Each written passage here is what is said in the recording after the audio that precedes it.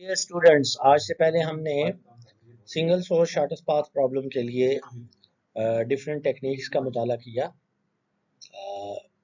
सबसे पहले हमने डायक्स्ट्रा एल्गोरिथम जो है वो स्टडी किया, लेकिन डायक्स्ट्रा एल्गोरिथम के बारे में हमने ये बात की थी कि बेसिकली उसकी एक लिमिटेशन है कि वो नेगेटिव एज वेट्स को डील नहीं करता। फिर हमने उसका अल्टरनेट देखा बेलमैन फोर्ड की सूरत में, जो कि नेगेटिव एज वेट्स को डील करता था। और आपको ये दोनों ही एल्गोरिथम जो है वो single source shortest path problem को सॉल्व करके देते हैं। अब हमने ये कहा था कि अगर हम पहले वेरिएंट के लिए single source shortest path problem जो है वो पहला वेरिएंट है शॉर्टेस्ट पाथ का, अगर पहले वेरिएंट के लिए कोई एल्गोरिथम डिज़ाइन कर लेते हैं तो वो पहले तीनों वेरिएंट के लिए यानी सिंगल डेस्टिनेशन और सिंगल पेयर शॉर्टेस्ट पाथ के लिए इक्वल एफिशिएंसी के साथ जो है वो एप्लीकेबल होगा। उसके बाद हमने बात की थी चौथे वेरिएंट की, जो कि है all pair shortest paths. All pair shortest path के लिए इन दोनों टेक्निक्स को इस्तेमाल किया जा सकता है, डायक्स्ट्रा एल्गोरिथम और बेलमैन फोर्ड। लेकिन इन दोनों का मसला ये है कि अगर इन दोनों को अप्लाई करेंगे तो ऑब्वियसली आपको एफिशिएंसी पे कंप्रोमाइज़ करना पड़ेगा। आज हम जो है वो बेसिकली एक डेडिकेटेड एल्गोरिथम जो है वो पढ़ेंगे, जो कि ऑल पेयर शॉर्टेस्ट पाथ के लिए हमें शॉर्टेस्ट पाथ जो है वो एक ग्राफ से डिराइव करके देता है। तो यहाँ पे स्टार्ट की स्लाइड्स में कुछ जो है वो फॉर्मल चीज़ें दी हुई हैं, होपफुली आप इनको खुद स्टडी आउट कर लेंगे। हम जो है वो डायरेक्टली एक एग्जांपल पे चलते हैं ताकि आपको पता चल सके कि जो है वो बेलमैन फ्लाइट वार्शल एल्गोरिथम जो है, जो कि हमने all pair shortest path algorithm shortest path problem को सॉल्व करने के लिए अप्लाई करना है, वो काम कैसे करता है। तो आज हम बेसिकली ये देखेंगे कि फ्लॉयड वार्शल एल्गोरिथम कैसे अप्लाई होता है गिवन ग्राफ पे, फिर उसका हम सूडो कोड देखेंगे और उसके बाद फिर उसकी टाइम कॉम्प्लेक्सिटी देखेंगे और स्पेस कॉम्प्लेक्सिटी भी देखेंगे। तो चलिए एग्जाम्पल के ऊपर चलते हैं।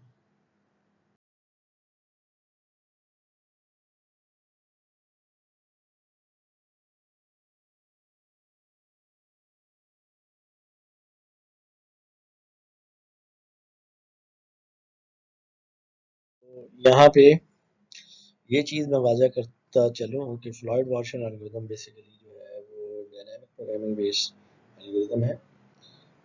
तो आइए स्टार्ट करते हैं। यहाँ पे आपको एक सैम्पल ग्राफ नज़र आ रहा होगा जिसमें बेसिकली बुनियादी तौर पे 4 वर्टिसेस आपको नज़र आ रहे हैं और टोटल नंबर ऑफ एजेस जो है जो यहाँ पे आपको नज़र आ रहे होंगे वो टोटल 6 हैं। और साथ में बेसिकली आपको यहाँ पे मैट्रिक्स नज़र आ रही होगी। अब ये मैट्रिक्स जो है वो कितने साइज़ की बनाएंगे, किस तरह से बनाएंगे, ये मैं भी बता देता हूँ, वाज़ह कर ये देता हूँ। होपफुली इसको समझना आपके लिए मुश्किल नहीं होगा। इनिशियली जो भी आपको सैंपल ग्राफ दिया गया होगा आपने उसके लिए इनिशियली इसी तरह का एक ग्रिड बनाना है। अब आपने ग्रिड जो है वो कितने बाय ग्रिड कितने का बनाना है, बेसिकली जितने भी नंबर ऑफ वर्टिसेस होंगे। यहाँ पे टोटल देखें तो नंबर ऑफ वर्टिसेस 4 हैं, तो यहाँ पे हमने जो ग्रिड बनाया है वो 4 बाय 4 का है। अगर आपके पास गिवन ग्राफ में या सैंपल ग्राफ में टोटल नंबर ऑफ वर्टिसेस जो है वो 6 होंगे, तो जो मैट्रिक्स बनेगा या जो ग्रिड बनेगा वो 6 बाय 6 का बनेगा। अब इसके साथ साथ आपको नीचे जो है मैट्रिक्स के नीचे एक सिंबल नज़र आ रहा है D0। What does that mean? इसका मतलब ये है कि बुनियादी तौर पे ये जो मैट्रिक्स बनी हुई है ये विदाउट एनी इंटरमीडिएट वर्टेक्स है।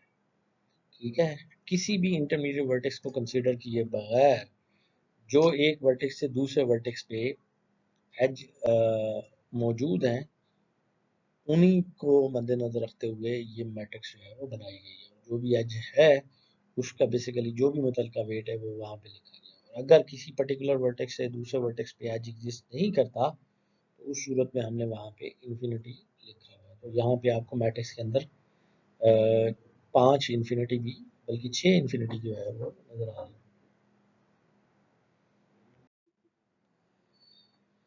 यहाँ पे मैं एक और हिंट आपको देता चलूँ कि जो आपने ग्रिड बनाना है उन ग्रिड के बाद जो है जो भी लेबल है मुतलका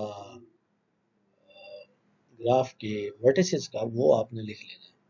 यहाँ पे थोड़ा सा जो आपको गिवन ग्राफ दिया गया है उसमें आइडियल केस नहीं है, क्योंकि यहाँ पे जो एज वेट हैं वो भी न्यूमेरिक वैल्यूज़ हैं और इसके साथ साथ जो वर्टिसेस के लेबल हैं वो भी न्यूमेरिक वैल्यूज़ हैं। तो इसलिए जो है ये कन्फ्यूजन क्रिएट कर सकती है। लेकिन जो भी लेबल होंगे वो मैं आपको सजेस्ट करूँगा कि आप वो ये जो ग्रिड आपने बनाया है इसमें बाहर जो है वो तरतीब से लिख लें। यानी कि अगर आप देखें तो इस मैट्रिक्स को देखें, इसकी पहली रो के लेफ्ट साइड पे एक्सट्रीम लेफ्ट पे मैं क्या लिखूंगा 1, दूसरी रो के एक्सट्रीम लेफ्ट पे मैं क्या लिखूंगा 2, इसी तरह 3, फिर 4। इसी तरह कॉलम को भी वही लेबल आपने दे देने हैं तरतीब से। 1 पहला कॉलम जो है जिसमें एंट्रीज हैं 0, इंफिनिटी, 4 और इंफिनिटी, इसके ऊपर 1 लिख लें। फिर दूसरा कॉलम जिसमें वैल्यूज हैं 8, 0, इंफिनिटी 2, इसके ऊपर 2 लिख लें, एंड सो ऑन। इसी तरह तीसरे कॉलम के ऊपर 3 और चौथे कॉलम के ऊपर 4। ये मैंने क्योंकि वर्टिसेस के लेबल ही कुछ इस तरह से थे तो आपको इस तरह से लिखवाया, लेकिन अगर वर्टिसेस के लेबल जो है वो न्यूमेरिक की बजाय अल्फ़ाबेटिक हों जैसे कि ए बी सी डी, तो फिर आप रोज़ के लिए भी और कॉलम के लिए भी यही लेबल इस्तेमाल करेंगे। ठीक है, होपफुली ये क्लियर हो गया होगा। तो अब सबसे पहले जो है वो जो आपके पास मैट्रिक्स है उसको फिल आउट करना शुरू करते हैं। समझ लेंगे ये आपके पास इनिशियली जो मैट्रिक्स है ये ब्लैंक है। आप अपने पास एक पेपर लें और पेपर के ऊपर जो है वो इसी तरह की 4x4 की ब्लैंक जो है वो मैट्रिक्स बना लें। जी, तो अब सबसे पहले इस ब्लैंक या खाली ग्रिड को सबसे पहले आपने क्या करना है कि इसकी जो डायगोनल एंट्रीज हैं उनको जीरो से फिल कर लेना है। तो ये डायगोनली आपको नजर आ रहा होगा। पहली रो में पहली एंट्री, दूसरी रो में दूसरी एंट्री, तीसरी रो में तीसरी एंट्री और चौथी रो में चौथी एंट्री जो है वो हमने ज़ीरो फिल कर दी। तो ये डायगोनल जो है वो आपकी सारी ज़ीरो वैल्यू से फिलअप हो जाएगी। उसके बाद अब आपने रो बाय रो जो है वो एंट्रीज फिल करनी है। पहली रो को देखते हैं, पहली रो की पहली एंट्री तो फिल हो चुकी है। तो पहली रो और दूसरा कॉलम, पहली रो और दूसरे कॉलम से मुराद ये है कि वर्टेक्स 1 से वर्टेक्स 2 पे कोई एज एग्जिस्ट करता है। देखें ग्राफ में, देखें यस एज एग्जिस्ट करता है। तो उसका वेट देखें क्या है, जो भी वेट है वो यहाँ पे लिख दें। तो 8 है वो हमने लिख दिया। उसके बाद वर्टेक्स 1 से वर्टेक्स 3, यानी पहली रो और तीसरे कॉलम को देखना है। यानी वर्टेक्स 1 से वर्टेक्स 3 पे कोई एज एग्जिस्ट करता है। देखें एज तो मौजूद है लेकिन वो 1 से 3 की तरफ नहीं है, 3 से 1 की तरफ है। तो इसका मतलब है कि एज एक्चुअली जो है वो एग्जिस्ट नहीं करता। उस सूरत में जब एज एग्जिस्ट नहीं करता होगा दो वर्टिसेस के दरमियान और वो एडजेसेंट नहीं होगी तो हम वहाँ पे क्या फिलअप करेंगे, इंफिनिटी। ठीक है, उसके बाद पहली रो की आखिरी एंट्री जो है वो रह गई है, फर्स्ट रो और फोर्थ कॉलम। तो इसका मतलब है हमने देखना क्या है कि क्या वर्टेक्स 1 से वर्टेक्स 4 पे कोई डायरेक्ट एज जो है वो एग्जिस्ट करता है। अगर करता है तो उसका वेट क्या है वो लिख दें। ठीक है, इसी तरह अब मैं सेकंड रो फिल करके दिखा देता हूँ। बाकी मानदा रोज होपफुली आप समझ ही गए होंगे कि कैसे फिल करनी है। अब दूसरी रो पहला कॉलम, तो इसका मतलब ये है कि सेकंड एज वर्टेक्स से फर्स्ट वर्टेक्स की तरफ क्या कोई एज एग्जिस्ट करता है। आप यहाँ पे देख रहे होंगे कोई एज एग्जिस्ट नहीं करता, तो इस सूरत में आप क्या लिखेंगे, इंफिनिटी। अब दूसरी वैल्यू जो दूसरी रो में है वो तो डायगोनल एंट्री है और वो ज़ीरो है। अब तीसरी वैल्यू पे आ जाते हैं, तो ये बनता है 1, 3, मतलब रो सॉरी 2, 3, रो 2 और कॉलम 3। तो अगर इसका मतलब क्या हुआ, हमने ये देखना है कि क्या वर्टेक्स 2 से वर्टेक्स 3 पे एज एग्जिस्ट करता है, यस यहाँ पे देखिए ग्राफ में तो एज एग्जिस्ट करता है और उसका वेट क्या है 1 और वो वहाँ पे हमने लिख दिया। उसके बाद रो 2 कॉलम 4, रो 2 कॉलम 4 से मुराद ये है कि क्या 2 वर्टेक्स से 4 वर्टेक्स पे एज एग्जिस्ट करता है, नहीं, यहाँ पे देखिए गौर से तो 2 से 4 पे एज एग्जिस्ट नहीं करता, तो इस सूरत में हम यहाँ पे क्या लिखेंगे इंफिनिटी। तो इस तरह से ये पहला जो है वो आपने मैट्रिक्स फिल आउट करना है और यहाँ पे नीचे अब आप समझ गए होंगे कि ये जितने भी एंट्रीज फिल आउट हुई हैं ये डायरेक्ट एजेस के अगेंस्ट हुई है, तो इसलिए हमने डी की पावर जो है वो यहाँ पे 0 ली है, यानी ये जो विद इन पैरेंथेसिस वैल्यू डली हुई है ये बेसिकली जो है वो इंटरमीडिएट वर्टेक्स को रिप्रेजेंट कर रही है। और अभी इनिशियली हमने कोई इंटरमीडिएट वर्टेक्स या दरमियानी वर्टेक्स नहीं लिया, हमने तमाम के तमाम डायरेक्ट एजेस को कंसिडर किया और उनके अगेंस्ट जो वैल्यूज बनती थी वो लिख दी। अगर एज एग्जिस्ट नहीं करता था तो हमने वहाँ पे इन्फिनिटी लिख दिया और डायगोनल एंट्रीज को हमने क्या किया, 0 किया। जी तो अब नेक्स्ट स्टेप पे चलते हैं। अब आपको जो मैट्रिक्स नज़र आ रही है इस मैट्रिक्स में ये आपने इस मैट्रिक्स को हासिल करने के लिए पिछली मैट्रिक्स को जो है वो मद्देनजर रखना है, जहन में रखना है, तभी आप जो है वो ये मैट्रिक्स जो है वो हासिल कर पाएंगे। तो आप अपने सामने पिछली मैट्रिक्स को जहन में रखिएगा। यहाँ पे अगर आप देखें तो दो बुनियादी तब्दीलियाँ आपको नज़र आ रही होंगी, एक तो पहली रो और पहला कॉलम जो है वो हाईलाइटेड है, उसके बाद जो है वो आपको नीचे जो सिंबल दिया हुआ है उस सिंबल में ऊपर जो है वो वैल्यू पैरेंथेसिस के अंदर 1 लिखी हुई नज़र आ रही है। इसका मतलब ये क्या है कि ये आप वो मैट्रिक्स आप अपडेट करेंगे जिसमें दरमियानी वर्टेक्स जो है या इंटरमीडिएट वर्टेक्स जो है वो क्या होगा, 1 होगा। इस तरह से आपने तमाम वर्टिसेस को दरमियानी वर्टेक्स बनाना है, ठीक है। इनिशियली आप वैसी मैट्रिक्स बनाएंगे जिसमें सिर्फ डायरेक्ट एजेस को कंसिडर करेंगे और उसके बाद जो है सब्सिक्वेंटली आप जो है वो एक एक करके तमाम वर्टिसेस को तरतीब से दरमियानी वर्टेक्स के तौर पे कंसिडर करके तो आप जो है मैट्रिसेस को अपडेट करेंगे। तो अब यहाँ पे देखें, पहले मैं बता दूं, पहले मैं बता भी दिया है कि जो पिछले स्टेप पे हमने मैट्रिक्स बनाई थी उसको ध्यान में रखिएगा। तो आप सबसे पहले जब आप पहले वर्टेक्स को दरमियानी वर्टेक्स के तौर पे लेंगे तो उसी वर्टेक्स की रो और कॉलम को आपने हाईलाइट कर देना है। उसके अगेंस्ट फिर आपने जो आपको वैल्यू नज़र आ रही है यहाँ पे कॉलम में और रो में जो हाईलाइटेड वैल्यूज हैं उनमें कुछ वैल्यूज जो है वो आपको इन्फिनिटी नज़र आ रही है। इसका क्या करना है, आपने इनको आपने बेसिकली जो है फ्रीज कर लेना है, मींस ये इन रोज की वैल्यूज जो है वो चेंज नहीं होंगी।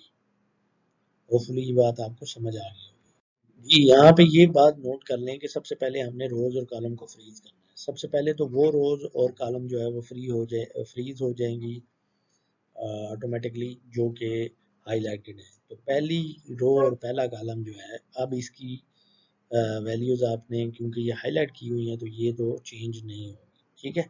उसके बाद ये ऐसी ही रहेगी। उसके बाद जो है वो जिस रो में और जिस कॉलम में इन्फिनिटी है हाईलाइटेड रो और कॉलम के अंदर, ये देखें एक तो हाईलाइटेड कॉलम जो 3 है उसमें इन्फिनिटी पड़ा हुआ है, तो इसके ऊपर या नीचे जितनी भी वैल्यूज होंगी इसके नीचे कौन कितनी वैल्यूज हैं, 3 109। अब ये चेंज नहीं होगी, ये फ्रीज कर देना आपने। इस कॉलम के ऊपर जो है वो आप भले लिख दें जो है ना एफ या टिक लगा दें, जो भी है निशान लगा दें। इसी तरह जो दो रोज हैं दूसरी रो और चौथी रो ये भी क्योंकि इनमें इन्फिनिटी पड़ी हुई है हाईलाइटेड वैल्यूज, ठीक है, तो इस इन रोज के अगेंस्ट जो भी वैल्यूज हैं वो भी चेंज नहीं होंगी, तो इनको भी आपने मार्क कर लेना है। तो दूसरी रो में 0 1 इन्फिनिटी ये चेंज नहीं होगी और तीसरी रो में 2 9 और 0 ये चेंज नहीं होगा। और एक बात ज़हन में रखिएगा कि जो डायगोनल वैल्यूज हैं वो हमेशा फ्रीज ही रहेंगी, वो चेंज नहीं होगी। अब आपने सिर्फ और सिर्फ उन वैल्यूज को परस्यू करना है जो कि अनफ्रीज्ड है। यहाँ पे मैं अगर ओवरऑल समरी बताऊं तो आपके पास जो रो 3 और कॉलम 2 और कॉलम 4 जो है ये अनफ्रीज्ड है, तो यहाँ पे आप जो है वो वैल्यूज अपडेट कर सकते हैं। बाकी कॉलम और रो जो है वो मैंने बता दिया कि क्यों फ्रीज है। अब सबसे पहले जो है अगर आप देखें तो थर्ड रो और सेकंड कॉलम में जो क्रॉस बनता है वहाँ पे पहले क्या वैल्यू पड़ी हुई थी, इन्फिनिटी। लेकिन अब क्योंकि हमने इंटरमीडिएट वर्टेक्स 1 को भी कंसीडर किया है इस स्टेप के लिए, तो हम यहाँ पे ये देखेंगे कि क्या हम वर्टेक्स, क्योंकि ये हम थर्ड रो और सेकंड कॉलम के लिए देख रहे हैं, तो इसके लिए हम ये देखेंगे क्या हम वर्टेक्स 3 से वर्टेक्स 2 पे वाया वर्टेक्स 1 जा सकते हैं। यस, जा सकते हैं। तो उसकी टोटल कास्ट क्या बनेगी, यहाँ पे देखें 3 से 1 पे पहले एज जा रहा है, उसकी टोटल कास्ट क्या है 4, और 1 से फिर 2 पे जा रहा है तो उसकी टोटल कास्ट क्या है 8। तो दोनों को मिला के सम करेंगे तो आपके पास क्या वैल्यू बन जाएगी 12। तो पहले आपके पास यहाँ पे इन्फिनिटी था, पिछले मैट्रिक्स को देखिए जो पिछले स्टेप पे थी। अब क्या 12 जो है वो इन्फिनिटी से छोटी वैल्यू है, ऑब्वियसली 12 जो है वो इन्फिनिटी से छोटी वैल्यू है, तो ये आप अपडेट कर देंगे। तो ये उसी तरह रिलैक्सेशन की तरह का एक प्रोसेस होगा कि अगर वैल्यू अपडेट होती है उससे छोटी है तो आप रिलैक्स कर देंगे, अदरवाइज नहीं करेंगे। उसके बाद थर्ड रो में थर्ड कॉलम के फोर्थ कॉलम के अगेंस्ट यहाँ पे देखें तो एक और सेल जो है वो अनफ्रीज्ड है। अब उसके अगेंस्ट भी देखें तो यहाँ पे इसको हम रीड आउट कैसे करेंगे, 3, 4 इंटरसेक्शन। इसका मतलब ये है कि आपने 3 से 4 जाना है वाया 1। इंटरमीडिएट वर्टेक्स कौन सा है 1, तो यहाँ 3 से 4 क्या वाया 1 हम जा सकते हैं, यस जा सकते हैं।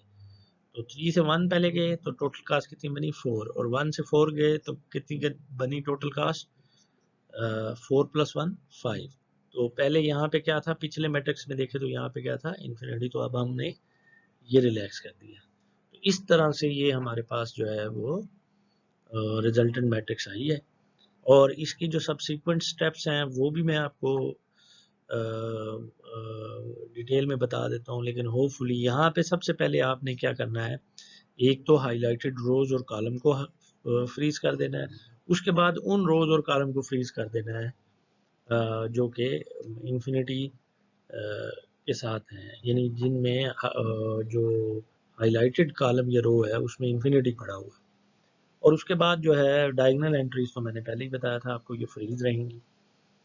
तो नेक्स्ट स्टेप को करते हैं। नेक्स्ट स्टेप को करने के लिए ये बात ध्यान में रखिएगा कि पिछले स्टेप की मैट्रिक्स को आपने सामने रखना है। तो ये वाली मैट्रिक्स अपने सामने रखिएगा और अब मैट्रिक्स पे चलते हैं और वो देखते हैं वो कैसे बनेगी।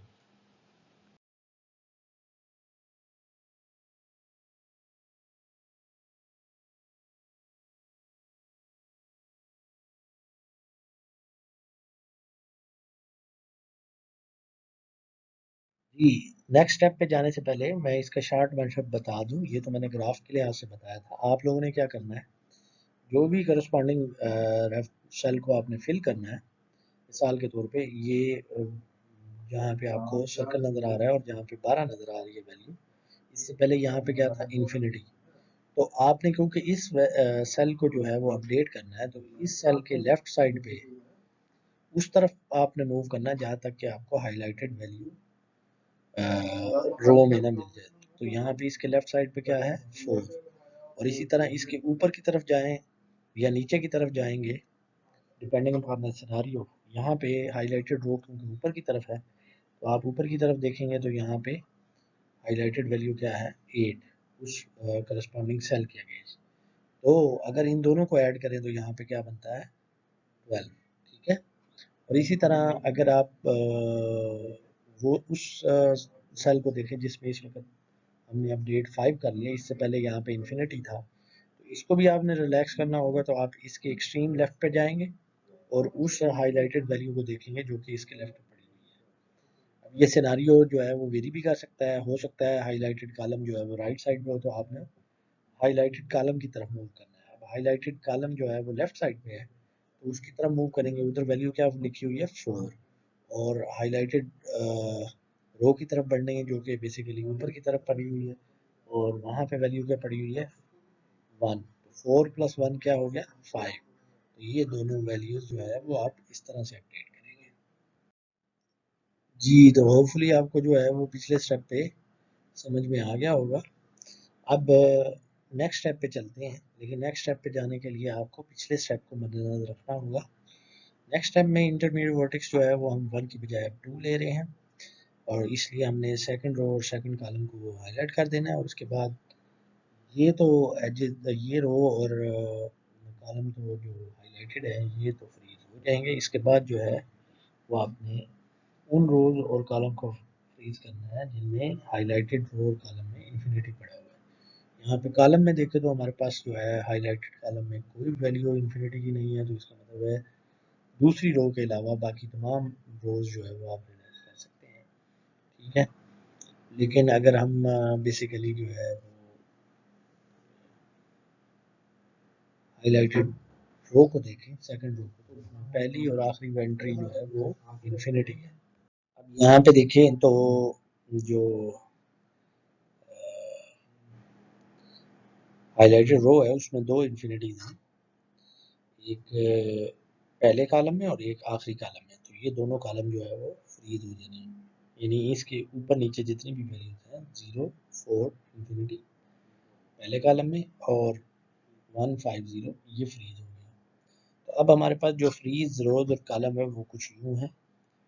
रो जो है वो हमारे पास एक ही फ्रीज है, दैट इज रो 2, और कॉलम हमारे पास जो है वो 3 फ्रीज हैं, 1, 2 और 4। तो अब हम रो बाय रो जो है वो इनको रिलैक्स करने की कोशिश करते हैं। पहली रो जो है वो हमारे पास फ्रीज नहीं है, लेकिन पहली एंट्री जो है वो डायगोनल एंट्री है, इसलिए इसको हम नहीं छेड़ेंगे। दूसरी एंट्री जो है रो 2 और रो 1 में वो हाईलाइटेड है, वो फ्रीज्ड है। तीसरी एंट्री जो है उसको रिलैक्स किया जा सकता है। इधर पहले पिछले मैट्रिक्स में देखें तो यहाँ पे क्या पड़ा हुआ था, यहाँ पे बेसिकली इंफिनिटी पड़ी हुई थी। अब इस सेल के अगेंस्ट हाईलाइटेड रो और कॉलम की तरफ अगर बढ़े तो एक हाईलाइटेड, इसके लेफ्ट साइड पे हमारे यहाँ हाईलाइटेड कॉलम में वैल्यू मिलती है 8, और इसके नीचे जो है वो हाईलाइटेड रो में मिलती है वैल्यू 1। तो दोनों को मिलाएंगे तो यहाँ पे क्या बनता है 9, which is less than infinity, तो यहाँ पे रिलैक्स कर दिया जाएगा। ठीक है, उसके बाद जो है आखिरी कॉलम जो है क्योंकि फ्रीज्ड है तो इसलिए हम उसको नहीं छेड़ेंगे। अब आ जाए रो 2 पे, रो 2 हम छेड़ नहीं सकते क्योंकि वो फ्रीज्ड है। रो 3 पे आ जाए, रो 3 जो है उसमें पहला और चौथा कॉलम जो है वो फ्रीज है, और दूसरा कॉलम भी फ्रीज है, और तीसरा कॉलम हम रिलैक्स कर सकते थे लेकिन वो डायगोनल एंट्री है, उसको भी नहीं छेड़ेंगे। जी, तो अब जो रो 4 है उसको देखें तो वो हमारे पास जो है वो भी अनफ्रीज थी। उसको देख लेते हैं, उसकी पहले कॉलम की एंट्रीज तो फ्रीज्ड है, दूसरे कॉलम की एंट्रीज भी फ्रीज्ड है, तीसरे कॉलम की एंट्री जो है वो फ्रीज नहीं है। उसको देख लेते हैं, उसके लेफ्ट साइड पे मूव करें तो हाईलाइटेड वैल्यू 2 है, उसके टॉप पे मूव करें तो हाईलाइटेड वैल्यू 1 है, तो 2 + 1 3, जबकि इससे पहले यहाँ पे क्या वैल्यू थी जी, यहाँ पे वैल्यू थी 9। क्या 3 जो है वो 9 से छोटा है? यस छोटा है, तो यहाँ पे ये रिलैक्स हो जाएगा और इसको आप इंसर्कल कर देंगे। जितनी भी वैल्यूज आप रिलैक्स करेंगे ये ध्यान में रखिएगा कि आपने उनको इंसर्कल करते जाना है। और यहाँ पे ग्राफ में जो आपको डॉटेड एरोज नजर आ रहे हैं ये आपको लगाने की जरूरत नहीं है, आप ग्राफ को वैसे ही रहने दीजिएगा। ठीक है, और इसी तरह अब आप जो है वो थर्ड इंटरमीडिएट वर्टेक्स और फोर्थ इंटरमीडिएट वर्टेक्स के अगेंस्ट जो है वो बाकी मदर स्लाइड्स पे जो है वो रिलैक्सेशन प्रोसीजर को देखेंगे, सेम तरीक़ेकार को फॉलो करते हुए उनको समझने की कोशिश कीजिएगा। और अगर ना समझ आए तो आप जो है MS टीम के थ्रू जो है वो क्यूरीज भेज सकते हैं, और साथ में सूडो कोड और टाइम कम्प्लेक्सिटी और स्पेस कम्प्लेक्सिटी को भी देख लीजिएगा। अगर ना समझ आए तो आप क्यूरीज कर लीजिएगा, इंतहाई आसान है। आपके लिए मैंने 2 स्टेप्स जो है वो समझा दिए हैं एल्गोरिदम के, होपफुली जो है वो बाकी मंदा स्टेप्स भी आप समझ जाएंगे। ना समझ आए तो फिर मैं आपको ये तीसरा और चौथा स्टेप भी इंशाल्लाह समझा दूंगा। Thank you very much.